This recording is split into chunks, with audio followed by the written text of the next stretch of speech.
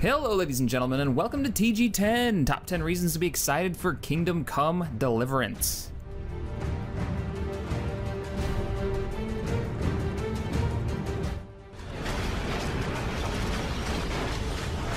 After watching the trailer for Kingdom Come, I was interested in the game. After doing some research on who's behind the title, I got excited.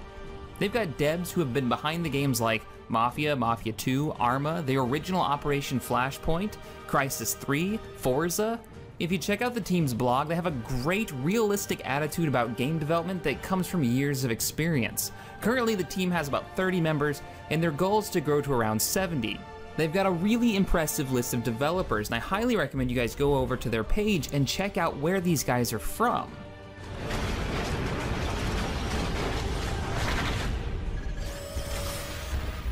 The tagline at the end of the trailer is "Dungeons and No Dragons," with good reason.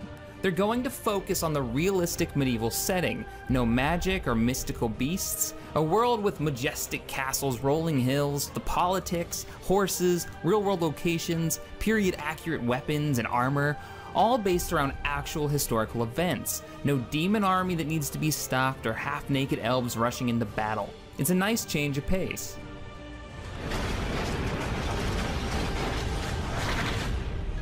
Think of Kingdom Come as a mix between Braveheart with the freedom of the open world games like Skyrim, the setting of Mountain Blade, and the storytelling of The Witcher and Red Dead Redemption. Here's a quote from the devs that got me really pumped. "You could say we'd like to give Arma, a franchise many of them have worked on, an RPG makeover, streamlining the systems and controls, polishing the overarching world while keeping the unique, genuine feeling of its action and environments." Now that sounds really cool, because I love Arma, I love the scale, I love the size of those games, but put it in a medieval setting? Oh man, yeah.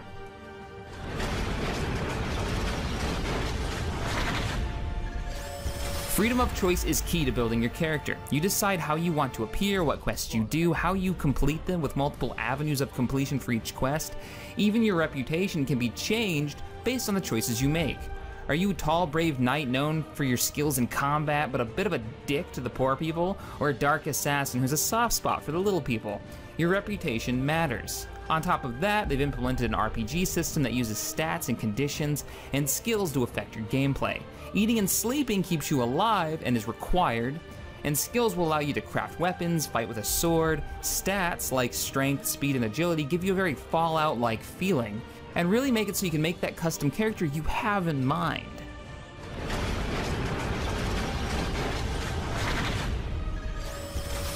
Ooh, look, next generation sexiness. Honestly, I could blab about the CryEngine that's powering this title, but nothing I could say stands up against just looking at the rendered in-game footage.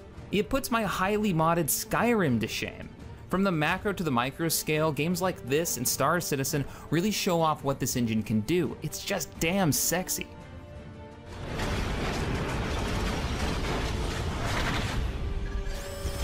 Kingdom Come is developing a dynamic world with a complex ecosystem ready for players to just toy around with it.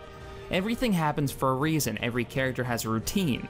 Something I really loved in past games like Oblivion, where the characters actually had set times they went to bed, they worked their shop, they walked around town.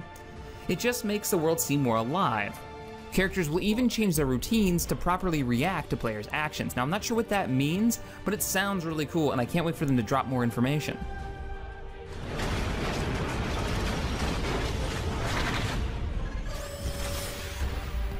Something that's done really poorly in most games is crafting. I mean, the concept is great. Allow players to gather items and resources to produce an item that will actually hold some kind of meaning to the player and have kind of a history to it.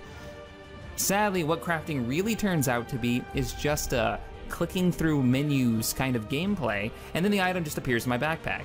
In Kingdom Come, crafting is going to be skill-based mini-games that extends the crafting experience, using a hammer to forge and pound out your weapon, to using a wheel to sharpen up your blade. Create potions and ointments with alchemy, picking locks and pockets will be far more engaging. It's a great concept, and I hope they really run with it.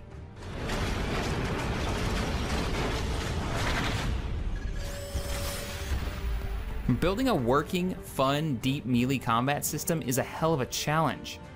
Making one that fits a time period and is set in first person and still looks good is incredibly challenging. Using medieval martial artists experts, Kingdoms is shooting for an intuitive first-person combat that has a depth of moves and combos. On top of that, the whole thing is using real-time physics, so when you hit a target, not only do they react accordingly, so does your hand and weapon, something we've never really seen before.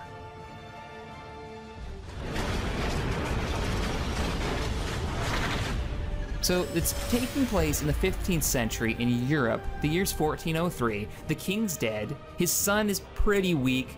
It's perfect for the king's power-hungry brother to move in with his friends and start up a civil war by kidnapping the current king, invading the country with an army of his own to plunder this defenseless land. In the middle of all this, you play the son of a blacksmith, who's going to emerge as the hero. His homeland is burning, his family is murdered.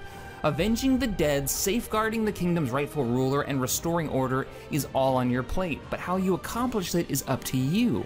I can't wait to see what kind of quests come out of this. The politics of the time, raising your army, all that stuff is going to play a role, and how you go about it is all you. Do you blackmail a lord to get the troops on your side, or do you actually convince him that your side is the right side? There's gonna be some really neat stories, I think, coming out of this.